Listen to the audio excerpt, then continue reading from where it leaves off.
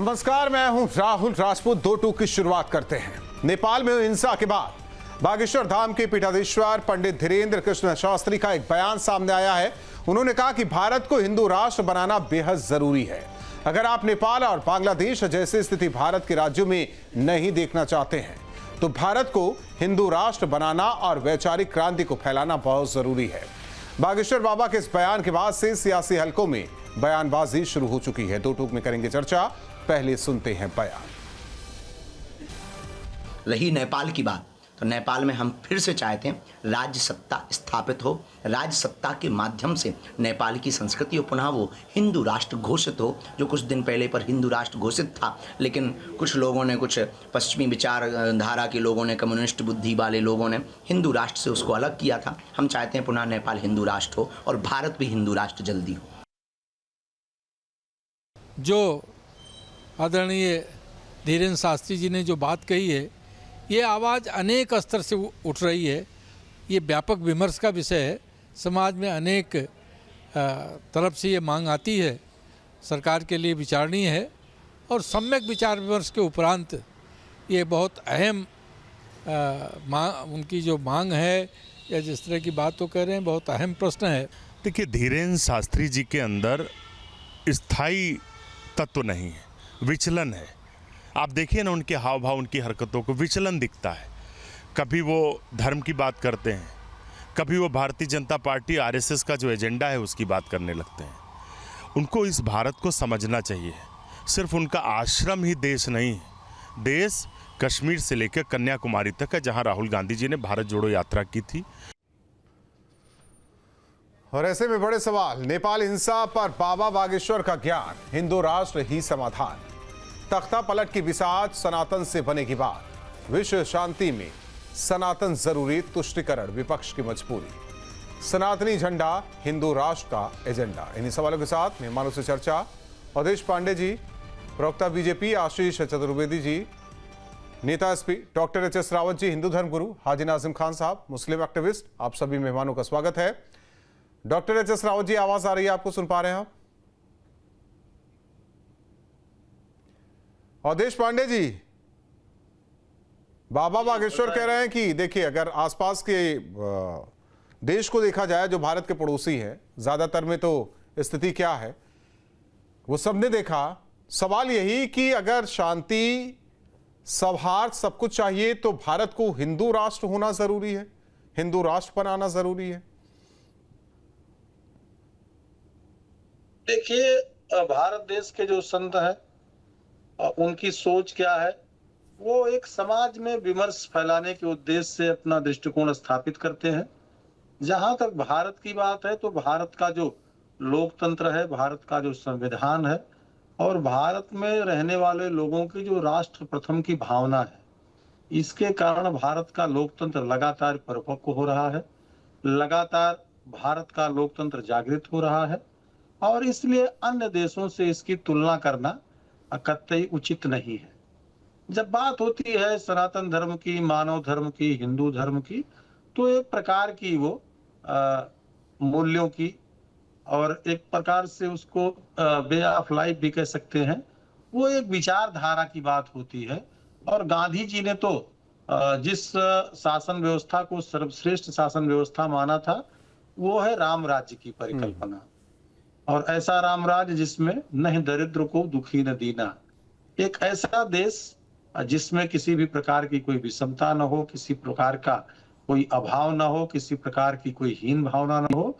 जिस काम को इस देश की मोदी की सरकार कर रही है और विभिन्न प्रदेशों में एनडीए गठबंधन और भारतीय जनता पार्टी की सरकारें कर रही हैं, तो भारत अपने लोकतंत्र और अपने संविधान, वो तो ठीक है अवधेश जी, लेकिन बाबा बागेश्वर का ये भी कहना है कि विश्व शांति के लिए सनातन ही जरूरी है। अब उनका बयान नेपाल के संदर्भ में आया है। नहीं, अगर हम और भी देख लें, जो पूरे विश्व में उठापटक है, जो स्थिति बनी हुई है, उस हिसाब से भी अगर देखें तो उनका यही होता है कि भाई सनातन ही है, विश्व शांति के लिए सनातन ही बहुत जरूरी है। देखिए, सनातन का अर्थ यह है कि जो नित्य नवीन है, और जो हमारी मान्यताएं हैं जो लगातार उसकी स्थापना होती रहे। इसीलिए तो सुप्रीम कोर्ट ने भी समय समय पर जो हिंदू धर्म है उसको जीवन जीने की एक पद्धति माना है, एक मार्ग माना है। उससे आप मानव धर्म भी कह सकते हैं, सनातन धर्म भी कह सकते हैं, हिंदू धर्म भी कह सकते हैं, जिसमें सभी मत, मजहब, पंथ, सभी पूजा पद्धति शामिल होकर के एक ऐसा मार्ग चुने जिसमें सत्य का मार्ग हो, जिसमें धैर्य का मार्ग हो, जिसमें क्षमा का मार्ग हो, जिसमें चोरी न करने का मार्ग हो, जिसमें सहनशीलता का मार्ग हो, अर्थात जो धर्म के लक्षण बताए गए हैं शास्त्रों में, उस प्रकार से जीवन जीने की एक ठीक है पद्धति की मेजर बात आशीष जी, हिंदू मेजर धर्म आशीष करता है। जी, अब देखिए धीरेन्द्र शास्त्री कह रहे हैं कि नेपाल की स्थिति जो है वो भारत में उत्पन्न ना हो, इसलिए सनातन बहुत जरूरी है, हिंदू राष्ट्र भारत को बनाना जरूरी है। देखिए, अब जितनी उनकी समझ थी उन्होंने अपनी अपनी समझ से जो है जो समझा वो बोल दिया। तो पहले तो ये पता होना चाहिए था इनको कि नेपाल तो हिंदू राष्ट्र है। तो नेपाल जो है वो इकलौता हिंदू राष्ट्र है विश्व में, और वहां से कितने लोग भारत में काम करने आते हैं ये हम सबको पता है। और अभी जो परिस्थिति है, और इससे पहले भी नेपाल में कितनी बार इस तरीके की परिस्थिति बन चुकी है, ये भी हम सब जानते हैं। तो हिंदू राष्ट्र होने के बाद भी अगर ये सब परिस्थिति है, तो धीरेन्द्र शास्त्री चाहते हैं कि भारत हिंदू राष्ट्र बन जाए और फिर जो वहां हो रहा है नेपाल में वो भारत में भी हो। यही उनकी इच्छा लगती है उस हिसाब से। तो कि वहां अब एक जो पढ़ा लिखा आदमी है उसको पता है कि नेपाल में जो वहां के युवा हैं वो क्यों इतने उग्र हुए। जब सरकार ने वहां की सारी सोशल मीडिया साइट्स को बैन कर दिया और लोगों के खिलाफ जो है गलत मुकदमे लिखे जाने लगे, एक फायरिंग होती है उसमें कई छात्र जो हैं उनकी मृत्यु हो जाती, वहां से आक्रोश बढ़ता है। और सरकार वहां जो थी वो दमन की नीति अपना रही थी, इसलिए लोग जो है वो उठ खड़े हुए और फिर उन्होंने उस सत्ता को जो है उखाड़ फेंका। तो जहां पे भी सत्ता का गलत इस्तेमाल होगा, सत्ता में बैठे लोग अपनी ताकत का गलत इस्तेमाल करेंगे, उनके खिलाफ उठने वाली आवाज को जो है वो दबाएंगे, तो आप देखेंगे कि एक समय तक लोग दबते रहेंगे। लेकिन एक समय ऐसा आता है कि फिर लोग दबते नहीं है, ऐसे लोगों को दबा देते हैं। और वही आपने देखा, आपने बांग्लादेश में भी देखा, शेख हसीना जो थी वहां कुछ उनके बांग्लादेश वासियों का ऐसा मानना है कि कुछ गलत कर रही थी, बहुत ज्यादा वहां एक परिवार को फायदा हो रहा था, कुछ चुनिंदा लोगों को फायदा हो रहा था, लोगों को फायदा नहीं हो रहा था, वहां हिंसा होती है। तो ये एक प्रक्रिया ये कई देशों में हमने भारत देखा में है नहीं है ना, क्योंकि भारत देखिए लोकतांत्रिक मूल्यों को ही देखते हुए हर लोग यहाँ जीवन यापन करते हैं, वो किसी धर्म या संप्रदाय, ये मुमकिन नहीं है। जो उदाहरण आप दे रहे हैं, देखिए अगर सरकारें भी बदलती हैं तो वो तो चुनाव के दौरान जनता तय कर देती है, जनता से बड़ा यहाँ कोई नहीं है। और जनता खुद क्यों ऐसा करेगी, जो हमारे पड़ोसी देशों में हुआ है, इसलिए भारत को विराट कहा जाता है। हाँ नहीं, देखिए भारत बहुत बड़ा देश है, और दूसरी बात यह है कि ये किसी धर्म या जाति की लड़ाई नहीं है, ये सरकार बनाम जनता की लड़ाई। ये जो भी हुआ, चाहे बांग्लादेश में हुआ चाहे नेपाल में हुआ, तो इसमें कोई धर्म से कोई लेना देना थोड़ी था, ना जाति से कोई लेना देना था, वो तो सरकार और जनता के बीच की लड़ाई थी। तो यहाँ पे भी जब आप देखेंगे कि कहीं कहीं दमन होता है तो लोग उसके खिलाफ अब यहाँ प्रोटेस्ट करते हैं, लोग अपना धरना प्रदर्शन करते हैं। ये एक लोकतंत्र के मूल्यों के अंदर ये एक प्रावधान होता है कि भाई आप किसी चीज से सहमत नहीं है, सरकार के किसी फैसले से सहमत नहीं है, तो आप जो है उसके खिलाफ धरना प्रदर्शन कर सकते हैं। लेकिन जब आप उस धरना प्रदर्शन को दबाने के लिए मतलब गलत चीजों का इस्तेमाल करने लगते हैं, बहुत फर्जी मुकदमे लोगों पे लगाते हैं, उन्हें डराते धमकाते, तो वहां फिर आप देखेंगे कि ऐसी परिस्थितियां बनती हैं कि जब आप लोगों को। Doctor HS. रावत जी, आप सहमत हैं धीरेन्द्र शास्त्री के इस बयान से? देखिए राहुल जी, बयान देना एक अलग विषय होता है, उसको धरातल पर समझना एक अलग विषय होता है। दोनों में फर्क है। बयान तो कोई भी दे सकता है, लेकिन उसी हकीकत में जाना बहुत ज़रूरी है। अभी हिंदू धर्म की ये स्थिति है कि अभी तो हम कृष्ण जन्मभूमि को आज़ाद नहीं करवा पाए, अभी तो हम ज्ञानवापी को नहीं हटा पाए, अभी तो हमारे जो धार्मिक स्थल हैं वो गुलाम हैं। अगर इनको ही ठीक कर ले हम पहले, तो हिंदू राष्ट्र बनने में समय नहीं लगेगा। अभी तो गौ हत्याएं हो रही हैं, गौ कसी हो रही हैं, अभी उन पर ही नकेल नहीं कस पाए। अभी तो हम जम्मू कश्मीर के अंदर ही अभी ब्राह्मणों को, कश्मीरी ब्राह्मण को नहीं भेज पाए।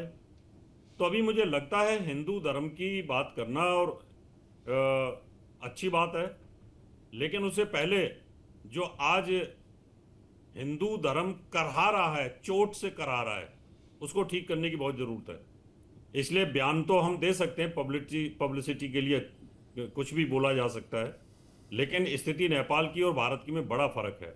भारत एक विशाल देश है। देखिए, धीरेन्द्र शास्त्री का कहना है कि विश्व शांति के लिए सनातन ही मदद कर सकता है।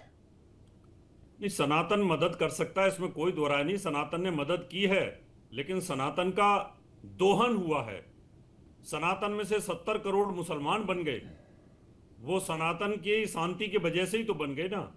नहीं तो आज पाकिस्तान में हिंदू होता, आज बांग्लादेश में हिंदू होता, अफगानिस्तान में हिंदू होता, यहाँ पर मुसलमान तो होता ही नहीं। इस्लाम आता कहाँ से? तो अभी हमें उस काम को करने के लिए, उस पाठशाला में जाने के लिए, उससे पहले होमवर्क करना बहुत जरूरी है। ऐसे बयानात देने से पहले हमें सोचना होगा कि हम हिंदू धर्म को मजबूत कैसे कर सकते हैं। उन कामों पे जरूर आगे बढ़ना चाहिए, तो तब जाकर के हम अपने होमवर्क को मजबूत करें, तो हम पूरी दुनिया को एक मैसेज दे सकते हैं कि सनातन धर्म एक ऐसा धर्म है जो विश्व शांति की बात करता है, वसुधैव कुटुंब की बात करता है। तो अभी तो हम उस स्थिति में नहीं हैं, हमें थोड़ा सा टाइम लगेगा। अभी तो हमारे धर्म स्थल ही गुलाम पड़े हुए हैं, अभी हम उसके लिए काम नहीं कर पा रहे, उनके लिए आंदोलन नहीं कर पा रहे, हम सरकार पर दबाव नहीं कोर्ट है ना, इसलिए तो देखिए, मैंने कहा ना, लोकतंत्र का जो मूल है उसी आधार पर यहाँ जीवन यापन होता है, उसी के हिसाब से यहाँ की जनता चलती है, सब कुछ तो कोर्ट तय करता है। नाजिम खान साहब, धीरेन्द्र शास्त्री जी के कहना है कि देखिए, हिंदू राष्ट्र जरूरी है हिंदुस्तान को, तभी विश्व शांति, आराम से सब रहेंगे, रामराज जिसे कहते हैं, रामराज वो रहेगा। राहुल जी, मेरी आवाज आप तक आ रही है, दर्शकों तक पहुंच रही है। हाँ राहुल जी, देखिए, मैं आज अपनी शुरुआत भारत जिंदाबाद का नारा लगाते हुए कहता हूँ कि भारत जिंदाबाद। और देखिए, यहाँ पर जिस तरीके से यहाँ पर हिंदू राष्ट्र की बात करी गई है, तो ये कट्टरता वाली बात करी गई है, जबकि कट्टरता देश के अंदर सही नहीं है। कट्टरता होती है भाई। अगर आप हिंदू राष्ट्र की बात करते हैं तो सबसे पहले देश के अंदर से जाति कट्टरता हटाइए। जो जाति कट्टरता, उसमें तो आप लोग खामोश रहते हैं कि देश के अंदर जाति कट्टरता पे कभी बात नहीं होती। और रही बात यहाँ हिंदू राष्ट्र की बात, नहीं, हिंदू राष्ट्र की बात करने के बाद जो आप ये कहते हैं कि जब नेपाल एक हिंदू राष्ट्र था तो वहां राजशाही थी, तो भारत के अंदर इसका मतलब यह कि आप हिंदू राष्ट्र बना के, जो भारत के अंदर लोकतांत्रिक मुल्क के कहे जाने वाले संविधान के हम लोग शपथ लेते, दुआई देते, इसका मतलब ये आप संविधान के खिलाफ जा रहे हैं, संविधान को आप खत्म करना चाहते हैं, हिंदू राष्ट्र के अंदर आप तो राजशाही लाना चाहते हैं। यही तो आप चाहते हैं। देखिए, नेपाल में राजशाही को खत्म कर दिया गया था, वहां भी लोकतंत्र आ गया था। हाँ, मैंने इसीलिए कहा क्योंकि जब वहां हिंदू राष्ट्र था तो वो राजशाही थे उस दौर के अंदर। राहुल जी, मेरी बात समझिए, तब समझिए, जब वहां हिंदू राष्ट्र था तो राजशाही थी, राजशाही वहां हिंदू राष्ट्र चला रही थी। अब यहाँ भारत को हिंदू राष्ट्र से बनाने के लिए ये राजशाही लेके आएंगे, भारत के संविधान को खत्म करेंगे, या किस तरीके का माहौल यहाँ देश के अंदर बनाएंगे, ये इन लोगों की सोच के ऊपर डिपेंड है। लेकिन भारत का अमन पसंद मुसलमान और अमन पसंद हिंदू भाई जो भारत के अंदर डॉक्टर बाबा अम्बेडकर, भीमराव अम्बेडकर साहब के संविधान को मानता है, वो देश को संविधान से ही चलाएगा। और इंशाल्लाह देखिए, हम लोग तो देश को संविधान से ही हमेशा चलाते हुए आए हैं और इंशाल्लाह मुल्क संविधान से ही चलेगा। जो हिंदू राष्ट्र की बात करते हैं तो पहले जाइए जाति कट्टरता देश के अंदर खत्म कीजिए, जो एक घातक नासूर बन चुका है देश के हर नागरिक के लिए। जो जाति कट्टरता को देखा जाता है, किसी भी अगर दलित समाज का मेरा भाई अगर दूल्हा बनकर किसी ऊंचे जात वाले के मोहल्ले में को निकल जाता है तो उसके साथ क्या दुर्दशा होती है। ये जाति कट्टरता का ही तो परिणाम है देश के अंदर, जिस तरीके का माहौल देश के अंदर बनना।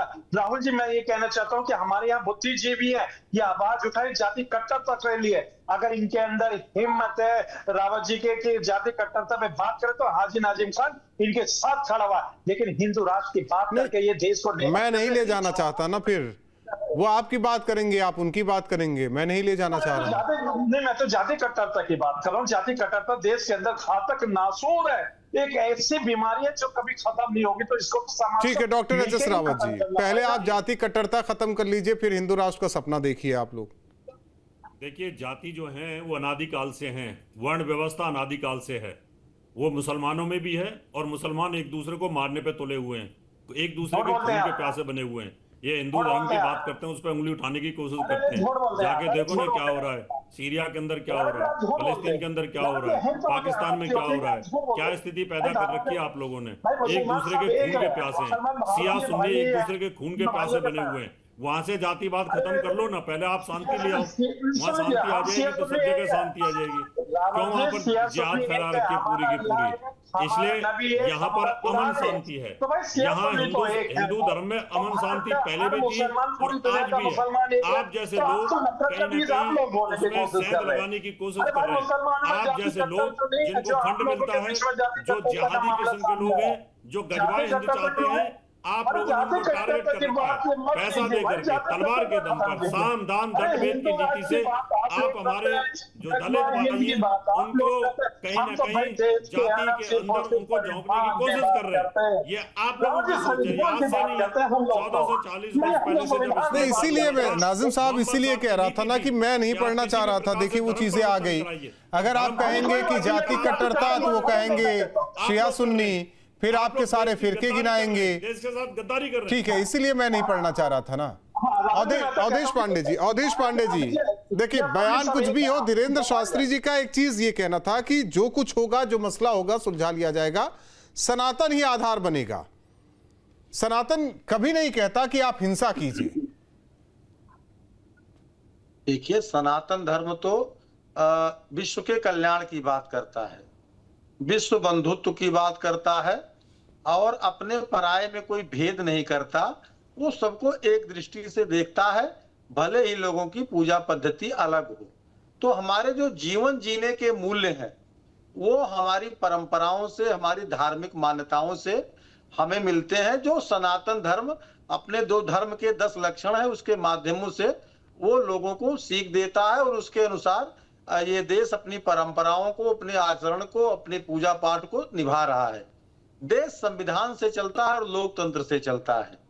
और देश में जिस प्रकार से अपने भारत देश का बहुत ही विश्व प्रसिद्ध संविधान है, और जो संविधान व्यक्ति की गरिमा की बात करता है, जो संविधान राष्ट्रीय एकता और अखंडता में भी अपनी जो बंधुता देखने की बात करता है, समानता की बात करता है, तो ऐसे भारत देश में लगातार लोकतंत्र और संविधान के कारण यहाँ की व्यवस्था परिपक्व हो रही है। इसकी तुलना कतई बांग्लादेश और नेपाल से नहीं करनी चाहिए। कांग्रेस और समाजवादी पार्टी तो कहती है लोकतंत्र खतरे में है, संविधान खतरे में। आप उसी संविधान का हवाला दे रहे हैं, और धीरेन्द्र शास्त्री कह रहे हैं कि भाई हिंदू राष्ट्र घोषित होना चाहिए, बनाना चाहिए। कांग्रेस और उसकी जो सहेली पार्टियां हैं, एनडी गठबंधन के लोग हैं, उन्हें जनता पर विश्वास नहीं है, और जब जनता पर उनको विश्वास नहीं है तो अनर्गल प्रलाप करते रहते हैं। मेजर साहब ने एक अच्छी बात कही कि सरकार से ऊब गए थे, सरकार के क्रियाकलापों से ऊब गए थे, तो यही आस पड़ोस के जो देश थे उन्होंने ऐसा कदम उठाया। लेकिन अब एक सवाल मैं आपसे करता हूं, अवधेश जी आपने भी पाया होगा, ठीक है सरकार को उखाड़ फेंकने के लिए वहां सड़क पर जनता आ गई, लेकिन उसके बाद जो स्थिति बनी वो किस लिए थी? फिर वो भी चर्चा इस देश में हुई कि भाई देखिए वहां हिंदुओं के साथ क्या हो रहा है। अगर सरकार के खिलाफ था तो हिंदुओं के खिलाफ क्यों था वो? देखिए, यही मैंने बात कही कि भारत के संविधान में व्यक्ति की गरिमा और राष्ट्र की एकता और अखंडता को सुनिश्चित करने वाली बंधुता की बात होती है। और जब इसको हम डिफाइन और करते हैं सनातन धर्म के परिप्रेक्ष्य में, तो विश्व का कल्याण हो इसकी हम बात करते हैं, सर्वे भवन्तु सुखिना की बात करते हैं, अयम निजा परो वेति गणना लघुचेत साम उदार चरिता नाम तुए वसुधैव कुटुंबकम की बात करते हैं।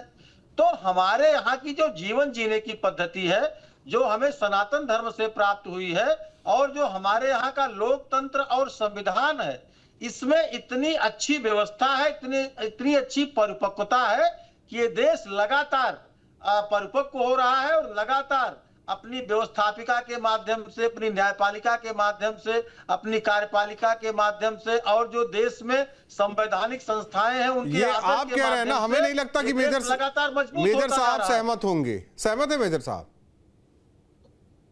देखिए, बात मेरे सहमत या किसी पार्टी के सहमति की बात नहीं होती है। चाहे उसे बात आप होती है- व्यक्तिगत ले लीजिए, चाहे वो आप पार्टी के तौर पर ले लीजिए। हाँ, मैं उन दोनों की सहमति को बहुत ज्यादा तवज्जो ना देते हुए मैं कहूंगा कि क्या जनता सहमत है? जनता सर तो सहमत उसी की तो नहीं बात है। कर रहे हैं हम, आप उसी में हैं, सब उसी में हैं। हाँ, तो जनता तो सहमत नहीं है इनकी इन बातों से, और उसको छुपाने के लिए और चीजों को छुपाने के लिए अब किस किस चीज के लिए कोर्ट में जाना पड़ रहा है कि वोटर लिस्ट मांगने के लिए जो है वोट की जो लिस्ट है उसको मांगने के लिए कोर्ट जाना पड़ रहा है, अपने वोट के अधिकार को मांगने के लिए वो कोर्ट जाना पड़ रहा है, यहाँ तक कि प्रधानमंत्री जी की डिग्री देखनी है तो वो भी कोर्ट जाना पड़ रहा है, चंदा कहाँ से इलेक्टोरल बॉन्ड्स में आया तो वो भी नहीं बता पा रहे थे, उसके लिए भी कोर्ट जाना पड़ रहा है। तो बहुत सी चीजों के लिए अब कोर्ट जाना पड़ रहा है। लेकिन बहरहाल आज चर्चा उस पे नहीं है तो हम उस पे नहीं जाएंगे। आज जिस चीज पे चर्चा थी, तो देखिए आप अभी पंजाब में इतनी बाढ़ की स्थिति बनी और ये धीरेन्द्र शास्त्री ने क्या 1 रुपए की भी मदद करी वहां? किसी के लिए नहीं करी। और इनके जैसे जो और भी इतने सारे आजकल बहुत ज्यादा तथाकथित जो बने हुए बैठे रहते हैं, इनमें से किसी कोई गया पंजाब क्या? या अभी उत्तराखंड में त्रासदी हुई थी, गया क्या कोई? किया क्या किसी ने? इनमें से किसी ने कुछ नहीं किया। किसी ने ये सब लोग चाहते हैं कि इनके उल जुलूल बयानों पे, जो कि पिछले 10 साल से ट्रेंडिंग है यानी चलन में है बहुत ज्यादा, कि इस तरीके के बयान दो और अपनी वाहवाही करो, तो ये वो लोग हैं, इनका ना धर्म से कोई लेना देना है, ना राष्ट्र से कोई लेना देना है, कोई हित, किसी के हित की बात नहीं करना है, केवल अपने निजी हित की बात करना है। ये वो लोग हैं जो आप इनकी जब सभा में जाते तो कहते हैं आगे बैठने का 50,000 रुपए टिकट है, और फिर लोगों से कहते हैं कि सब मोह माया है, कुछ भी सब मोह माया है। तो ये इस तरीके के लोग हैं, इनको समझने की जरूरत है। आपको देखना है कि आपके बच्चों का भविष्य क्या होने वाला है। और जो राम राज्य की बात अभी हो रही थी, उत्तर प्रदेश में तो भाजपा का राम राज्य चल रहा है। गाजीपुर में पुलिस वालों ने पीट पीट के ही जो है भाजपा के कार्यकर्ता को थाने में, जो शांतिपूर्ण प्रदर्शन कर रहा था, बेचारा दिव्यांग था, पीट पीट के मार डाला है। बाकी जगह जनता जो है उसी उत्तर प्रदेश की समाजवादी पार्टी की सरकार में जंगल राज के विरुद्ध उत्तर प्रदेश में योगी जी का शासन है, और क्या बात करते हैं आप अपने शासन में? जनप्रतिनिधियों की हत्या होती थी समाजवादी पार्टी के शासन पीट रहे हैं और कहीं पुलिस वाले पिट रहे हैं। तो ये कहीं पुलिस पीट रही है, कहीं घेर के पुलिस पिट रही है। अपराधियों और आतंकवादियों के इशारे पर समाजवादी पार्टी की सरकार चलती थी। तो देखिए, ठीक है, एक minute doctor HS. Rawat ji, doctor HS. Rawat ji, बड़ी बात मेजर साहब ने भी कह दी। का नाम नहीं बताते हैं ये भाजपा वालों, कब समझ में आएगा? ठीक है, एक मिनट मेजर साहब, बड़ी बात तो मेजर साहब ने कह दी एच.एस. रावत जी, कि आप तो कह रहे हैं ना कि विश्व का कल्याण हो, पहले आप कल्याण कर लीजिए भारत में ही। उन्होंने जो उदाहरण दिया, पंजाब का उदाहरण दिया, हिमाचल का दिया, उत्तराखंड का दिया। देखिए एक चीज बताऊं आपको, मेजर साहब बुद्धिजीवी हैं, इनको ये पता है कि प्राकृतिक आपदाएं हैं और प्राकृतिक आपदा कहीं पर भी आ सकती है। नहीं, मदद की बात उन्होंने कही, वो उसकी बात नहीं कर रहे हैं, मदद की बात कर रहे हैं। तो उसके बाद मदद क्या की? नहीं, मदद सरकार कर रही है ना, सरकार हिसाब से मदद जो करना चाहिए वो करेगी सरकार। ऐसा थोड़ी है जाकर के नोटों की बारिश हो जाएगी कहीं पर भी। सरकार के पास अपने फंड है, अपने तरीके हैं, उनके पास रिलीफ फंड है, बाढ़ फंड है, जिस प्रकार से स्टेट की रिक्वायरमेंट होती है उस हिसाब से सरकार देगी। इन्होंने सत्ता चलाई हुई है, आप नहीं समझ रहे हैं डॉक्टर एच.एस. रावत जी, जैसे एक मिनट सुनिए, हज हाउस के लिए दिया, सुनिए, किसानों के लिए नहीं दिया ना। सुनिए, किसानों का तो आपने, डॉक्टर एच.एस. रावत जी, आपने बिल भी नहीं दिया, गन्ना डॉक्टर एच.एस. रावत जी, उनका कहने का मतलब है संभल में जो मारे गए थे उन्हें ये सब दे दिए थे ना आर्थिक मदद, तो वैसे ही आप लोग अपनों के लिए क्या कर पाए? देखिए, अपने पराये नहीं होते, कोई भी सरकार होती है उसके लिए सब बराबर होते हैं। सरकार संविधान की शपथ लेती है, ऐसा नहीं है कि आप गन्ना किसानों को तो पैसा दो नहीं और जाकर के संभल में मारे हुए लोगों को जाकर के पैसा बांट दो। आप समाजवादी पार्टी वाले, हिंदू को कोई मारा जाए तो वहाँ एक अटन्नी नहीं देते, अखलास के साथ कोई हादसा हो जाए तो वहाँ करोड़ों रुपए बांट देते हैं, सारे नेता चले जाते हैं। लेकिन अगर कोई बेचारा हिंदू के साथ, किसी दलित के साथ ऐसा हादसा हो जाए तो वहाँ कोई पूछने भी नहीं जाता है। तो ये तो इनकी नीति रही है। अब उस नीति की अलग अलग सोच की नीति है, और आप सरकारी पैसे से एक तरफ हज हाउस बनवाते हो, दूसरे आप पूजा पाठ भी बंद करा देते हो, तो ये इनकी नीति है। लेकिन मुझे लगता है कि सरकार की जो नीति है वो सबके लिए बराबर होती है और सबको बराबर दिया जाएगा। आपको पता होना चाहिए जो भगदड़ में मरे थे अभी यहाँ पे उत्तर प्रदेश में, वो सब लोगों को समाजवादी पार्टी ने 1-1 लाख रुपए दिए, सरकार ने कुछ भी नहीं दिया उन्हें। वो तो वोटों की राजनीति के लिए तो आप कुछ भी कर सकते हो, वोटों की राजनीति के लिए तो जब मुजफ्फरनगर नाजिम खान साहब भी कुछ कहना चाह रहे हैं। कांड हुआ था, उस कांड नाजिम खान साहब जो मास्टरमाइंड था जी पार्टी ने। राहुल जी देखिए, मैं अभी देखिए मेजर साहब ने एक बात कही थी कि भाई हिमाचल के लिए अरे पंजाब के लिए, तो देखिए अल्लाह का शुक्र है, हम लोग बड़े फख्र से कहते हैं कि हमने अपने भाइयों की मदद करी है, और हम लोगों का ब्यौरा आप नेट पर कहीं पे भी सर्च कर सकते देख सकते हैं। हम लोगों ने वहां जाकर अपने भाइयों के लिए जो भी सहायता हुई है बिना भेदभाव के उनके साथ खड़े रहे। ना तो हमने उनमें हिंदू देखा ना मुस्लिम देखा, हमने अपने भाइयों के साथ बाढ़ पीड़ितों में अपने खड़े रहे, और आज भी इंशाल्लाह हम अपने भाइयों के साथ खड़े। और रही बात एक और, जिस तरीके से यहाँ पर अभी एक बात आ रही थी हिंदू राष्ट्र के लेकर, मैं उसी टॉपिक पर आ रहा हूँ, हिंदू राष्ट्र पे। देखिए मेरा भारत तो मुझे भारत ही अच्छा लगता है। भाई हिंदू राष्ट्र का मतलब क्या है हम लोगों को थोड़ा बता दीजिए, क्योंकि गजवा हिंद की ये बात करते, गजवा हिंद हम लोग नहीं जानते, ना हम लोग जानना चाहते हैं, लेकिन बार बार देश के अंदर हिंदू राष्ट्र की बात होती है तो हम हिंदू राष्ट्र जानना चाहते हैं। हिंदू राष्ट्र के अंदर आखिर मिल क्या रहा है? आप हिंदू राष्ट्र में 20-20 बच्चे पैदा नहीं कर सकते, आप हिंदू राष्ट्र में गौ हत्या नहीं कर सकते, आप हिंदू राष्ट्र में मदरसों के अंदर 347 नहीं रख सकते, आप हिंदू राष्ट्र में आतंकवाद नहीं कर सकते, आज जो आतंकवाद फैलाते वो नहीं कर सकते। जब ये हिंदू राष्ट्र होगा तो आप लोगों की नाक में नकेल कसी जाएगी, क्योंकि जो सरिया कानून की बात करते हो ना, हम तो सरिया लगाएंगे, हम तो 3 तलाक की बात नहीं करेंगे, हम तो हलाला की बात नहीं होने देंगे, हम तो बच्चे अल्लाह की देन है, बच्चे अल्लाह की देन है, जितने मर्जी पैदा करेंगे। ये हिंदू राष्ट्र में नहीं हो सकता। हिंदू राष्ट्र के अंदर एक देश एक कानून होगा, आपको मानना होगा और सबको मानना होगा। हिंदू मुस्लिम सिख ईसाई कोई भी उसको मानना पड़ेगा। आज जो आप गाय की हत्या करते हैं, आप जो गौकसी करते हैं, आप जबरदस्ती सड़कों पे बकरा काटते हैं, आप जबरदस्ती आप जो भी हत्याएं कर रहे हैं वो सब बंद हो जाएंगे, क्योंकि सबके लिए और सबके लिए बराबर का कानून होना भी चाहिए। आज जो आपकी मर्जी चलती है ना, जहाँ भी आप जाते हो अपनी मर्जी चलाते वो नहीं हो सकता। हिंदू राष्ट्र के ये फायदे होंगे क्या? आज आप 147 मदरसों के अंदर आपको विदेशों से फंड आ रहा है, वो नहीं आएगा। ये क्या है? देखिए भाई हम लोगों को फंड मिले ना मिले, भाई देश तो संविधान से चलेगा। आप लोगों के ये जो लीडर संविधान से ही तो चलेगा ना, संविधान से ही चलेगा ना। चलाने नहीं चाहते आप, देश संविधान से चलाना नहीं चाहते। तो ये भाई आप हमेशा हिंदू राष्ट्र की बात करते हैं, आप अपने कोई मुसलमान अगर ये कहते हैं कि इस्लामिक राष्ट्र को ये गलत है ना कानून। लेकिन जब आप हिंदू राष्ट्र की बात करते हैं कोई आर्टिकल गलत बना दिया पीछे की सरकारों ने वोटों के लिए, तो उसको ठीक करना तो हमारा दायित्व बनता है ना। जब तक अमन पसंद भारत के अंदर लोग हैं जो संविधान को मानते हैं, आपके पास संविधान कुछ भी नहीं बिगाड़ सकते।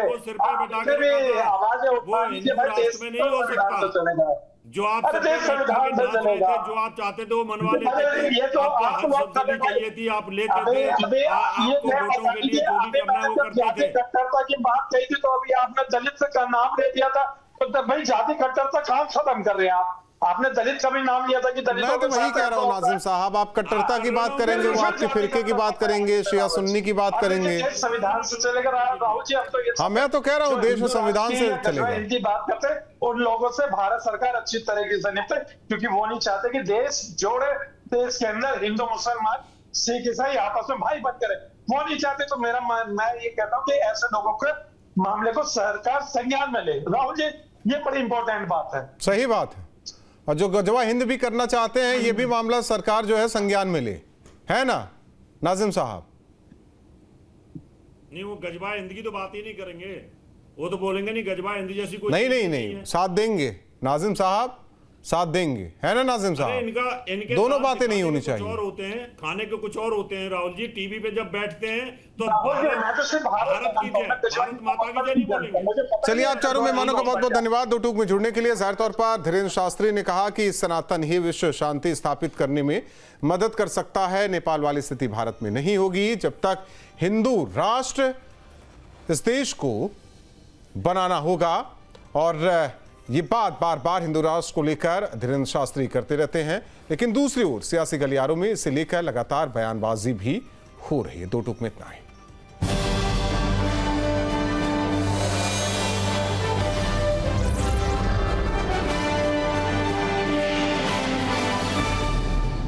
जहाँ भक्ति है हर शब्द में, कथाओं में छुपे हैं दिव्य रहस्य और ज्योतिष देता है जीवन को दिशा। धर्म से जुड़ी हर बातों को जानने के लिए हमारे चैनल स्तुति को सब्सक्राइब करें।